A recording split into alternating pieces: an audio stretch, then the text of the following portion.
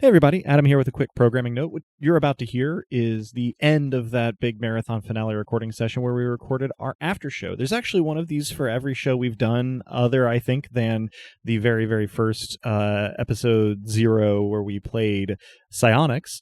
But this one's a little longer on account of it being the finale, but we figured kind of what better way to celebrate wrapping up this epic campaign than by sharing this little peek behind the scenes with our regular listeners. If you like what you hear here, there's more of that if you want to jump in on our Patreon. And if not, we really appreciate you sticking through it. We hope you enjoy this little conversation. There's less editing on these, so there's a little bit more just kind of like table noise. It's a little more chatty and casual. And, we tend to be a little punchy by the end of our recording sessions, and none more so than this one. So, if this is an energy that you like or it has information that you're interested in, check out the others. Otherwise, we'll see you in not too long from when this goes live for a sort of whole campaign retrospective that we recorded a little ways after this big recording session where we did our finale. We hope you have enjoyed listening. We hope you continue to enjoy listening, and we're excited to share this with you. For the peaks, we're doing C-Bat. Adam does not know what this is. I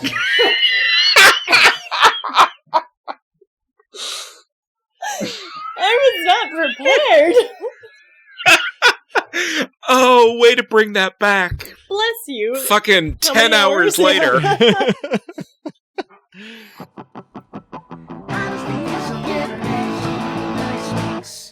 C-Bat, for Adam and for any listeners, is a both rhythmically and melodically wonky piece of electronic music that became a bit of a meme on Reddit, probably elsewhere on the internet, after someone posted that it was the perfect music to have sex to. Which it is not. I mean, whatever. I mean, go with God if that's your thing. But I think it was, and I don't think anybody was passionately arguing that point. It was mostly a joke. Didn't it start as Am I the Asshole?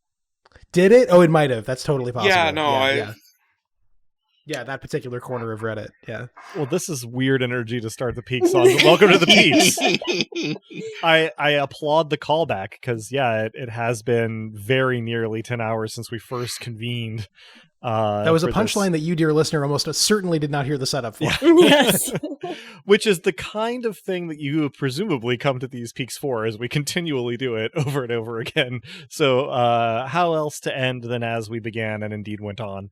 Welcome to... Now, this Peaks is going to cover... what likely to you, listener, were episodes 54 and 55, which were recorded in one marathon session that we set aside to do. I believe the plan is to make these peaks publicly available as well, as a sort of end of campaign gift to our non-Patreon listeners. Though I'll take this opportunity to say to our patrons, thank you. Here we are at the end of a 55 episode campaign with some one shots and things sprinkled in. It's been a ride already, and I'm excited to do the next stuff too. So we thank you, our non-patron listeners. Thank you for keeping this thing going. Yeah, here. Thank you. Well, welcome those who would not normally hear the peaks. Yeah. Hopefully you enjoy it, and hopefully you consider joining us if you're able and if you'd like to. And yeah, I mean, I've said it before, dear supporters, we objectively love you more. So thanks. It is a repeated refrain. We do love you more. We do. But we love all of our listeners. Indeed. There's lots of love to go around, which was sort of a theme of our finale, which I really loved. Mm-hmm. Like there were all sorts of punches it didn't pull. I found some of the the temptation section to be pretty gut punchy. Mm-hmm. That shit got me pretty good. Yeah.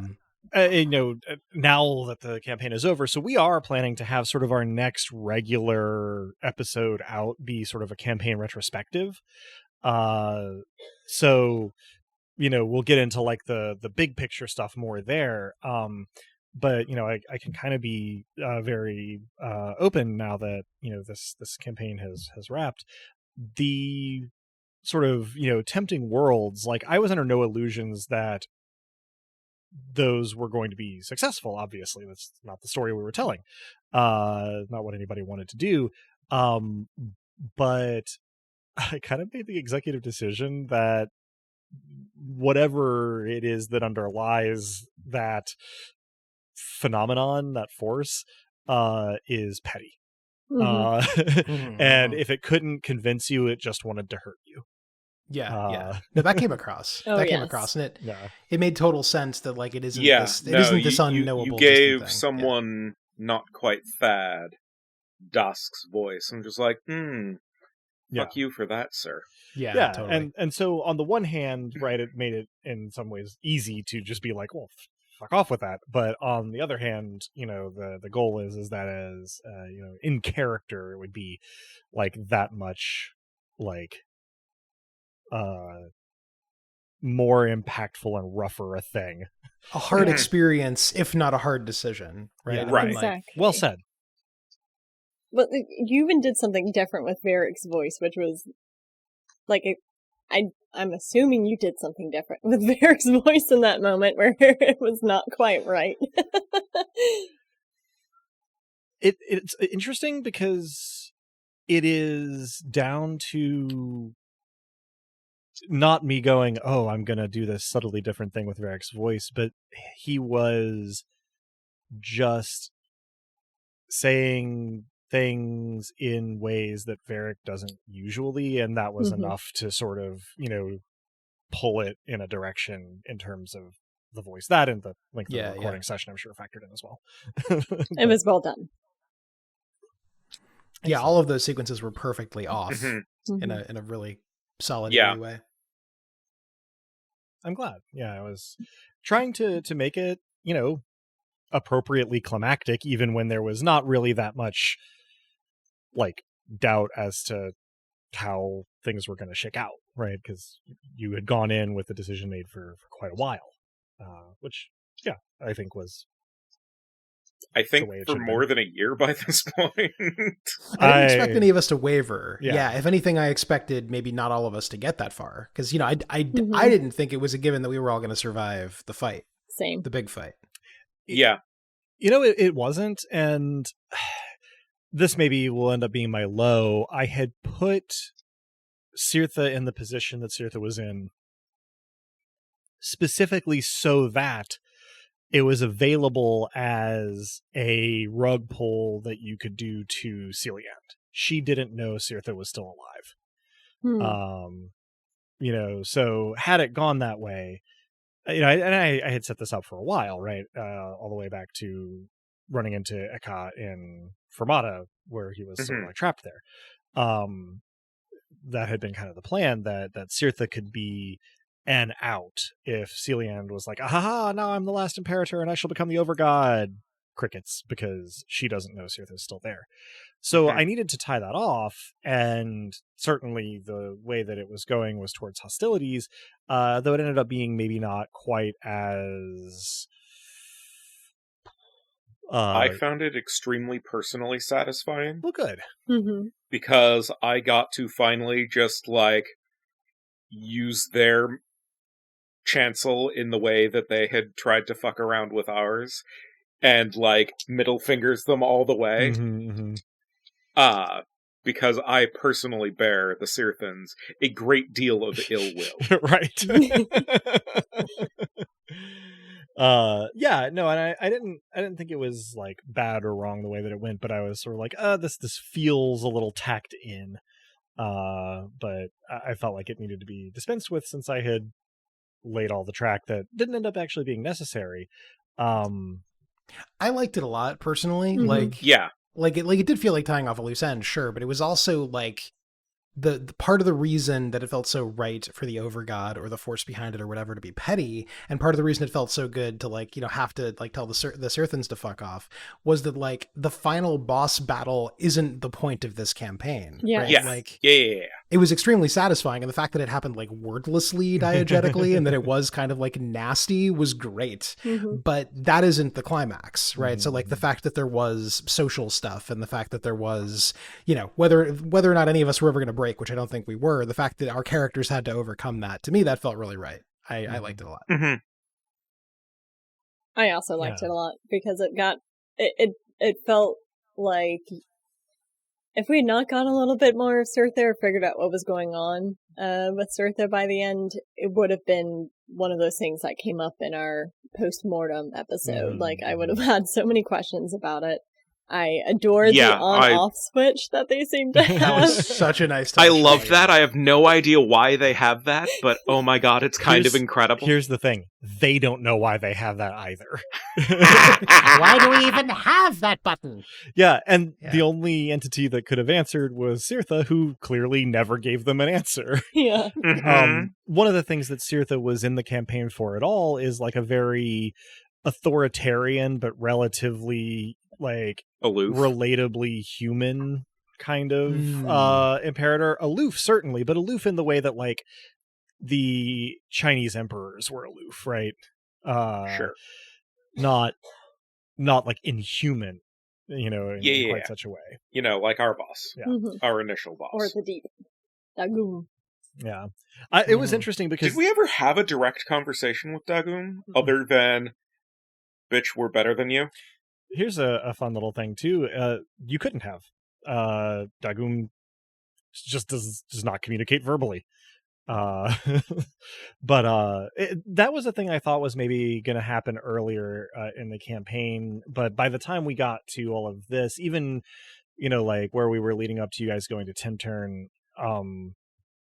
I was like, okay, well, this is, Dagum is essentially prey for Celiand unless somebody does something about it at this point.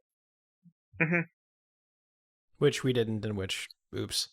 Well, that no. relates back to the inception of the idea for this campaign being partially down to the Dominions franchise. Yep. Because your god can just be a big fish that is big enough to be a big godly. rock. Or a big rock. And in the game. Yeah. So that was kind of where Dagum was, in the constellation of things going on in all of this. I think maybe my high was just like, I feel like the group was really jiving and really kind of vibing with just the way that some of the dialogue flowed. And like, we've talked a lot about how much we've learned about pacing throughout this campaign. There were just some really good moments in this, I think. Always for the listener to decide, but it felt really good while we were doing it. Mm-hmm. Yeah. Honestly, I think my high was going up the moon road, middle fingers bared at the Serthans. Not gonna lie. Doing a wheelie in the parking lot, dust cloud. Giving him a swirly the whole way up. Yeah. Because... Nice Apian way. It's mine now, nerds. Like, they were so friggin' rude to me during the entirety of their stay. And just... Bitch, I'm better than you. If we didn't need the moon, it would have been fun just to flip that switch multiple times out of sheer pettiness. I think that's like not quite a low, but a thought that I just had that I was like, darn. Missed opportunity to push every button on the elevator. Yeah, totally. Well, there were just like little moments of us goofing off that gestured at the way these characters had come to enjoy being goblins together that I thought was like also really important as part of like a conclusion. And I actually got to use each part of my portfolio as like we concluded this whole thing. I think everyone got to, basically. Yeah, my use of revelry was a little forced. That might be my low. I wish I'd found a more direct way to use revelry. I was thinking maybe being bad guests with the Sirthans. There was something there, but like that resolved a different way. It's not a huge deal, but yeah, that was one thing I wish I'd tied off a little more cleanly. Also, it was pretty cool, and thank you everyone for cooperating with me, just going, oh yeah, I'm a world walker. We're going this way. Yeah. I mean, look, that was the goal. Fuck the Sirthans. It just made sense. Yeah. I did not get to use the forge, but the important thing is that I got the forge. Right. Yeah. Yeah, the use of the forge was it appearing in this episode, yes. my estimation. I think my low is probably declaring the murder on an assumption that it would be a one-round combat. I don't really think we've had terribly many multi-round combats in this Murders can be campaign. long. Oh, I know. This was a bit drawn out. This was ran into my knife multiple times. She ran into... Yeah, well, she ran into my bloodstone 10 times. Whoops. Yeah, and on that note, I had kind of put the Celian fight together in terms of like sort of her state and stats ahead of some of the stuff that you guys had thought to do, like before we concluded in 53. And so you rolled in and we're basically going to stomp her given enough time and taking some to enough damage. So it really just became like, did you try to, talk to her in any way first, and how did she respond? What would have happened there? I mean, I don't think anything dramatically different. She just would have been petty at us. Well, in a particularly unhinged way, thanks to Lissa's efforts. That could have been fun. Wow, that could have been fun. Yeah, that could have been interesting, but the Sirtha thing also could have too. Right, and the Sirtha thing could have come into play in a more sort of direct way during that. And I didn't expect you to talk to her. You guys have been really itching to put paid to Celian for a while, which I understand and take some pride in. But maybe taking off her earrings and handing them to us. Yeah. But yeah, so I didn't really expect you to go in with even a perfunctory conversation necessarily, but it was on the table.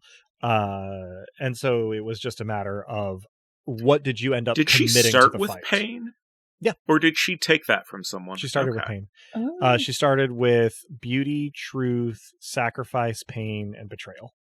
Cool. That's right. I do remember that portfolio. Hell of a portfolio. I don't remember pain having been mentioned as part of that. Not. It wasn't. Yeah. That was a surprise. It was. Yeah. Were all of those others mentioned? I feel like. I believe so. Yes. Yeah, pain was beauty, the only... truth. Yeah. Beauty, truth, and sacrifice were her names. Sacrifice, or excuse me, betrayal and pain were the surprises. Yeah. That's right. But as much as I wanted, kind of thought that was going to be my earnest low, was not giving her a chance to talk or show the influence of that 17-point miracle. The miracles that I had sent in her direction, but at the same token, having her just cut off from the force that was very satisfying. Well, and to be clear, I know it didn't end up being showy, but the miracles that you channeled all that power into had two primary effects in the way that the session went. One, she was purely reactive, basically waiting for you to come to her at that point, right? Like you had rendered her essentially on standby unless you gave her enough time to recover, which would have been probably on the order of days at that point. And not being super smart in combat, right? She was basically just lashing out however she kind of saw to do when you went to fight her. What was it that was sort of going on with her being suffuse in Fermata? Was that reconstituting an obfuscation relative to being in the manifestation, or in the heart of the manifestation, or something to do with Adliova doing her thing? So Celian had gotten some of the bits of Mott, and so deprived of Tintern, she was in the process of trying to claim Fermata as a chancel for herself to protect herself, and I show up and trivially end all the murders. Indeed, I didn't think she was ever going to really get an opportunity to make it work, because Adliova did have a crowd for the size of building she was in, but not 100 people, and had not fully convinced them to die for anything just yet. Like she was working overtime to try and make it happen, but you all would have had to really mosey for Celia to be able to re-enchancel. That was not something I thought was likely to happen, but it made sense as her next move. Of course, yeah. Secondary high, I think, was since this is 2 sessions, basically, was just, no, Beauty, you're done, go home. Yeah, well, and I love the payoff of getting to see her actual face, too. Yeah, that was really good. Well done, yeah. I'm glad, yeah. I had kind of had that in mind from realizing that if you got Truth in Tintern, you could use it against Beauty. I had kind of started to develop that. It's been on my brain for a bit. We had discussed that offline. Yeah. It is interesting because one of my things for this recording session, these 2 episodes, was that what I wanted to do was reward you spending miracle points. So if in the middle of the campaign I would have tried to kind of hedge so that I kind of had the tools at my belt, or be like, well, you would have to do this, I was okay giving dramatic effects to more basic miracles, allowing the miracle points to be a little more fungible, because if you're willing to commit the power to it, this is the time for it to work, And I think it paid off reasonably well, although oh, for sure, my high is extremely so how there are the writing advice is kill your darlings. I'm bad at that. And it's shit advice now, depending on how it's interpreted too, so sure. But a while back now, I had wrote into sort of my little notes on my phone the description of the world after you succeeded. I wrote it down. I literally typed it into my phone before work at like 6 a.m. sitting at my desk. Just like kind of happened to think of it. Wrote it down, read over it a dozen or more times since then, ran it by Joanne to workshop it, didn't change a damn thing any of those times. Nice. And then read it almost word for word when you came out of the Godswoods. And you know what? I don't know how it worked overall, but I really liked it. So that's my high. I liked it a whole lot. It was very good. I in character was sad that Dosk was not in evidence. I suspect that Den will be a little bit disappointed as well. And, they may have to deal with art that deals with me and Thad, which means that Robin will have to deal with Thad for forever. Damn it. But my interpretation of Dosk not being present wasn't necessarily that was an end to all things, just that there's always like the inkling for a continuation of a story, and I think the continued search for Dosk is where that goes. I mean, that's certainly Rumnet's post-epilogue. Right. Well, and my intent for it is that everybody who listens can have their own decision about whether or not, they want Dosk to have made the transition or not. I actually deleted a portion from mine after realizing that everyone else's was going to be very short, and mentioned that occasionally after the Forge moved, it said that a stranger would visit the site, look around in a disarray, and then shuffle off into the distance. They find this remarkable only because he was wearing a single glove. But I realized I'm just it's too long, and that kind of takes it wouldn't have flowed as like in the way it did. That I think was a good story detail to not declare. Agreed. That rocks in its perfect peaks fodder. Yeah, I love it. I love that you wrote it, but I also really love that. Yeah, it is open to interpretation. That Dosk could really be gone, or could be in some form that is not yet understandable, or could come back, could be mortal again, and just have flaked so hard that no one can find him. all of these things are possible. All right, one possibility that I hadn't considered is that Dosk is alive on the moon. just, just sitting up there on the moon being like, it Guys. delightfully 1969 rolls around. Astronauts come back. Moon's haunted. always has been. But it also, like, delightfully to the way I'd written the character before, Drew and I took one look at each other in the first episode, and, you know, that's history. Like, a return to Ramnet just kind of being not loose, but open with his affection. Mm-hmm. To any who would be interested in receiving it, really. And thus, more succinctly, as I put it, in the time between finishing the session and starting the peaks, Ramnet's got hoes in each zip code. That's the conversation I returned to. Yes. That's the one. Yeah. See, I circled back for you. Thank you. I like if we're doing the facetious continuity that this somehow leads into our historical Earth timeline, like with 1969 and astronauts finding Dosk's ghost on the moon. I like the idea that zip codes actually get based on where Ramnet's liaisons were. I That's canon delight in now. this. Yeah. Well, You've so- all heard it here. Ramnet was so prodigious that they had to invent the zipper for him, hence zip code.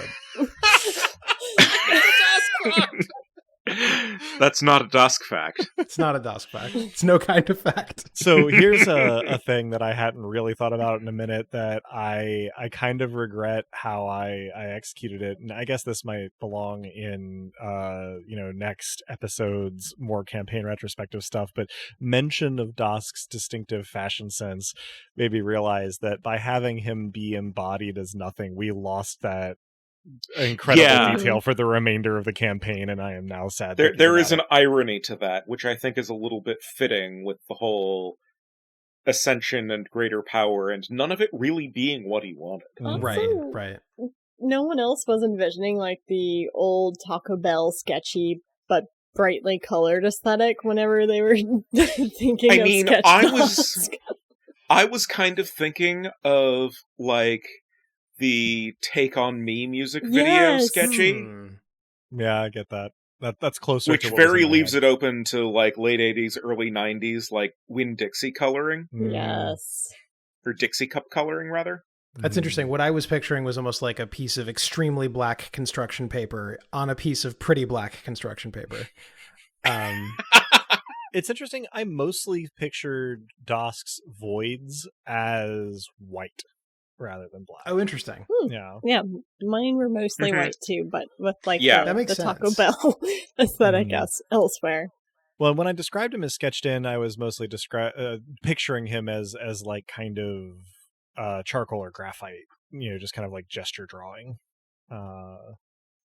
But there's I no. think I remember, one yeah, right way. I for sure pictured that when you first said it, and then Yeah. it settled into the black on black thing in my head at some point for some reason. And But that's perfectly within canon for the descriptions I gave. no, I like that it's a contrast to Mott. Like that it's Mhm. something other than darkness or silver. That's very cool. Yeah. That was Like- kind of my initial idea too. Is that Dosk's nothing is different than Mott's. Mhm. Right. No, and when you and I were talking about Boar originally, that was definitely part of the idea. Was it is an empty but kind of like brightly lit. It is not Yeah. a sunless place, literally or Mhm. figuratively. So, my high Mm-hmm. is just how damn proud I am of us. Oh, Aw, shucks. It's been an absolute privilege. You guys are awesome, but I also, the whole damn episodes realistically would have been my high, but I would be remiss if I did not dwell on the fact that we are 55 episodes into this thing that at least had its inception during the, quarantines. mm-hmm. I don't, Mhm, I couldn't find the exact start date where we sat down to record the first episode, but it's been well over 2 It was sometime years. wintry. Pardon? like fall, I want to say, like October-ish. Yeah, like fall, late summer. And yeah, like I was thinking the other day, like it's crazy to me how different my life looks, and I'm sure it's the same for for sure. everyone here, to contemplate how long we've consistently been showing up for this as everything changed around us. It's been a weird, beautiful constant. I totally agree. Yeah. Yeah, no, this has been a delightful constant, particularly since, a lot of my social life is prosecuted digitally, and this has become a central corner to that. Mm-hmm. Yeah, cornerstone, even. Yeah. I started off as depressed post-pandemic, well, not truly post-pandemic, but post-quarantines single, and now I am suddenly spending 6 hours in the gym weekly and in a 2-year-long relationship and pre-engaged. So, like, crazy changes. Yeah. We haven't mentioned this on air, so I'll say on air, Mazel Tov. That's the best. Indeed. Yeah. Congratulations. Yeah, tis exciting. And yeah, I think the scope of the thing really came into sharp focus in that we are currently in like hour 11 since convening. Like it took all this to wrap up, even on the precipice of it, right? It's a big thing that took a long time and over a long time frame, but we're in a lot of ways we built an edifice, and then we tore it down. It's been 11 hours, but it hasn't felt anywhere near close to that. Mm-hmm. No, not at all. Not at all. No, and it's like, I think we said something like this in a previous Peaks, but most podcasts fall off well before this. Most campaigns kind of don't reach fall this apart point well before this. And most campaigns don't finish. And exactly. And most forms of serialized storytelling don't come together in anything like this cohesive a way. So I think it's fair for us to pat ourselves and each other on the back a little on that score. Yeah. This was a cool thing to wrap up and put a bow on for sure. Well, and I'll go the next step there, as I think it's something to be proud of, and I appreciate, Robin, you making that your high. I also feel like I just learned a ton. I mean, we went from recording and editing in Audacity with a lot of the problems that caused me, specifically given how Audacity doesn't really run very well on my computer for some reason. To getting more and more facility with the tools available in Reaper, and upgrading some equipment, but also, like we had mentioned, getting better at pacing earlier, and sort of just I have improved. We tied in so many things in this session, some of them from actual years ago, right. Literal. Genuinely, so as a sidebar to my larger point, I believe it came up on air. It certainly came up in the little chat bar on the side here as well, that Lissa specifically would have been reminded of like the first entity they encounter on their first little mission into the swamp in like first and second episode,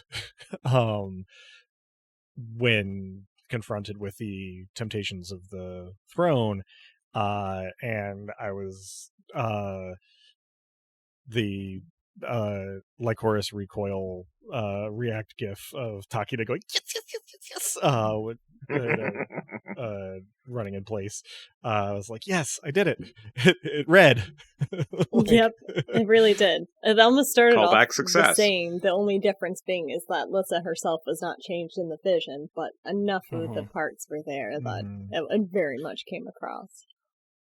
Yeah, and like the phenomenon behind the temptation wouldn't have the knowledge that we have about that, already not having worked, right? I felt like that was something that displayed its just kind of mean pettiness, just wanted to hurt you. And that was both for like narrative drama and climactic feeling, but also because for a game I have not played, I I will be very, very vague here, lest anybody need it not to be spoiled. But for a game I have not played, the climax to Night in the Woods exerts a strong hold over my imagination. If you haven't, may I suggest looking into Night in the Woods. But I think I have it, but I never finished it. And that's a good reason for me to pick it up again. Real good game, and the turn you're describing is real effective and real. It lives in my head too, for sure. And I have played the game, to be clear. And so that is some of the kind of thematic thunder I was stealing there, I guess. The idea that at the top there isn't something august or unknowable, but something petty. Like I can't stop thinking about that. That's so true, right? Like on the metaphor that we were sort of weaving, and it just feels extremely on point. Yeah. Well, like, not to take us into both digressive and consternating places, but like in a world where somebody like Elon Musk can be the richest person and at the top of the food chain of the dominant economic system of the dominant country in the world, having the throne be petty and mean feels appropriate. Yeah, like it's not Accurate. Disconnected from reality. Yeah. This is like the only canonical through line between this campaign and Meat Punks is we've already alluded to the existence of an Elon Musk equivalent in that setting. So more on that later. I always thought that Elon Musk, at least his eyes, looked something like a void. There's certainly nothing going on behind him. Yeah.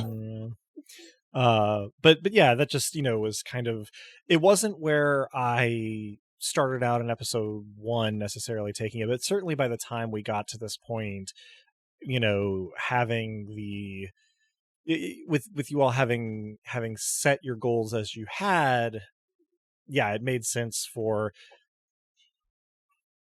I didn't think I could make something tempting enough with my imagination for your characters to really consider stepping into the position of over-god. So instead, I decided to take the opportunity to characterize the motive force behind the system that had God, existed. Romnet would have been so sad. Yeah.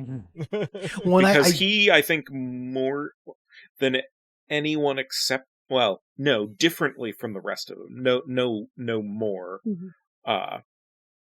thrives on close connection.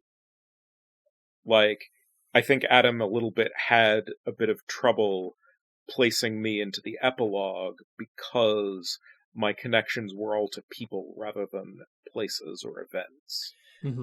I will generalize that actually to the part of these 2 episodes that I was shakiest on was definitely trying to describe how both the offered temptation and kind of the warm epilogue like fit with the priorities, values, characterizations, motivations of each character from where I'm sitting in a way that would read well to the players and to the listeners. And because I was withholding Dosk's presence into sort of the post-epilogue as an unknown, I gave myself an even bigger challenge where Romnet was concerned. Yeah. But I hope it worked. I did really like the decision to not include any of the extant party.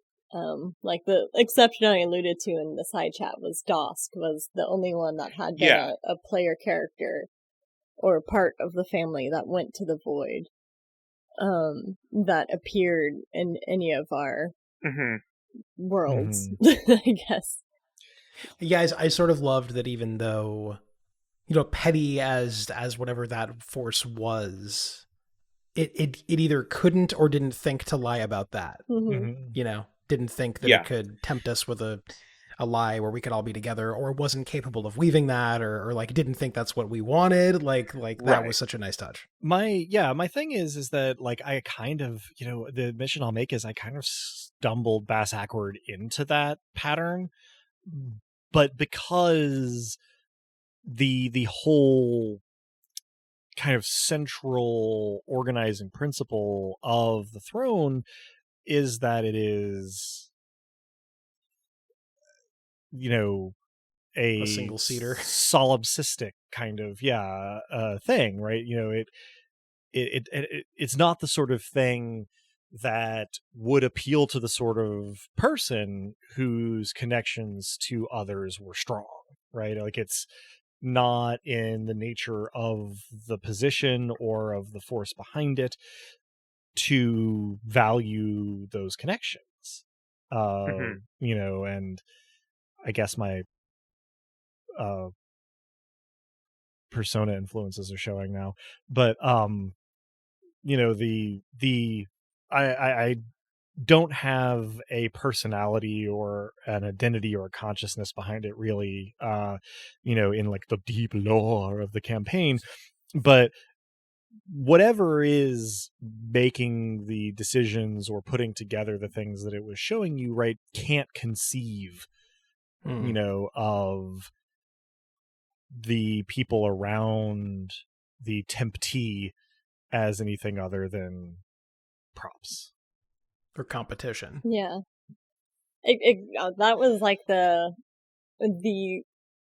those things would unfold, but we would not experience them. Really underscore that. Also reminded me of a show called Continuum that had that kind of gut punch effect of the ending, where everything that had been like the character had been pushing towards comes to fruition, but it's not hers.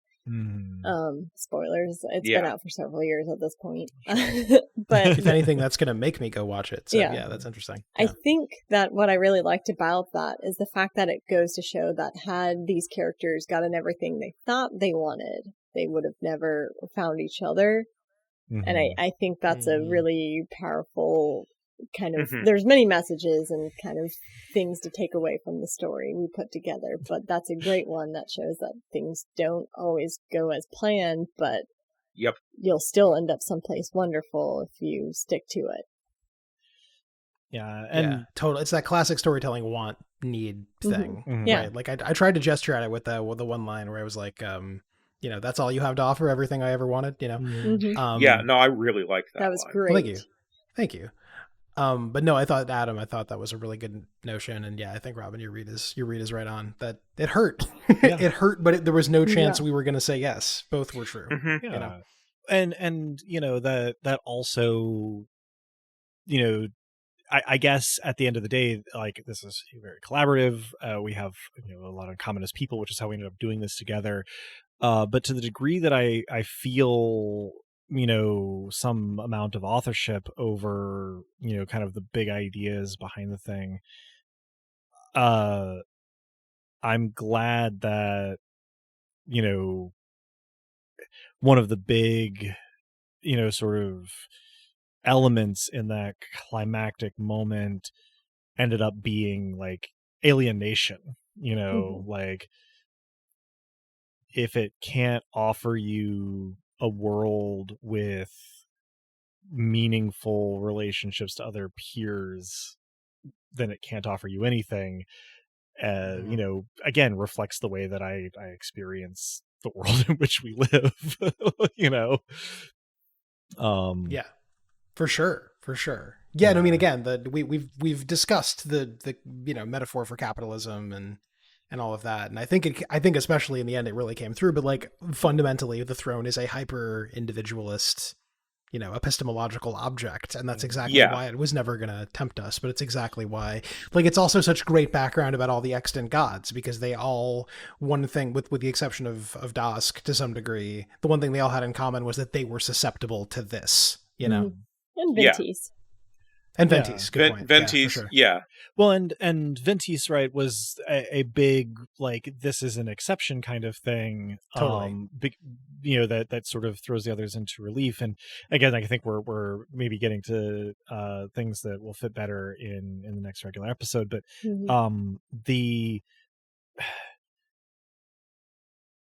there is a self-selection process there, right? That those gods that are still around to wage war on a global level at the sort of end stages of this are the ones who found that idea most compelling. They acted on it totally. most The divine readily. Elon Musks.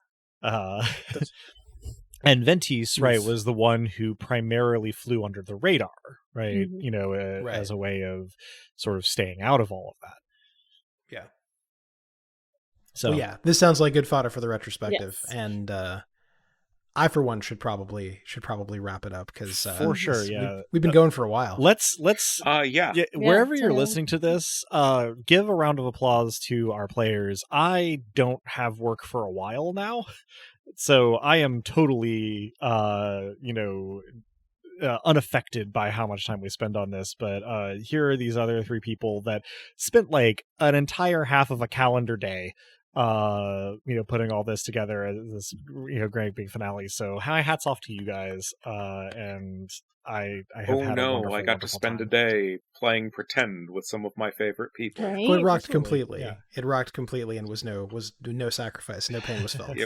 Pain was felt, but it was the consensual storytelling. It was the cathartic kind of pain. Yeah, the good kind. Mm-hmm. Yeah, for sure.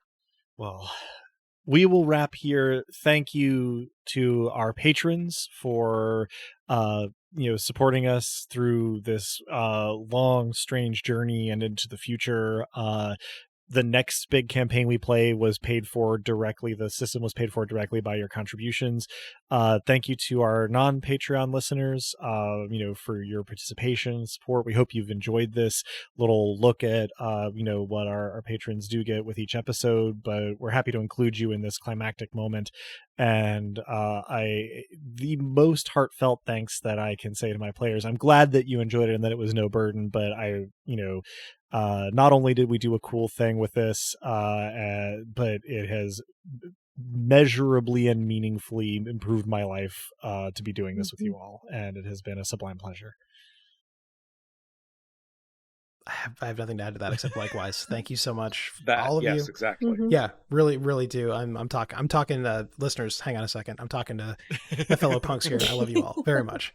Okay, now I'm talking to you listeners again. We love you also. Thank you for being a part of this with us. Those of you who are just listening, those of you who have never stopped in on a punks before, maybe who have like just been listening and that was that, and this is the first time you've dipped into kind of the after show.